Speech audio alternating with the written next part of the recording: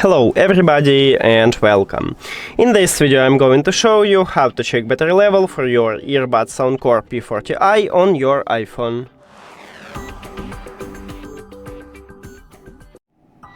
And basically we have a few options how to check it. The first one, we can create a widget. So press and hold at empty space. Then click Editor Plus at the left top, Add Widget. Now scroll down and you need to find batteries.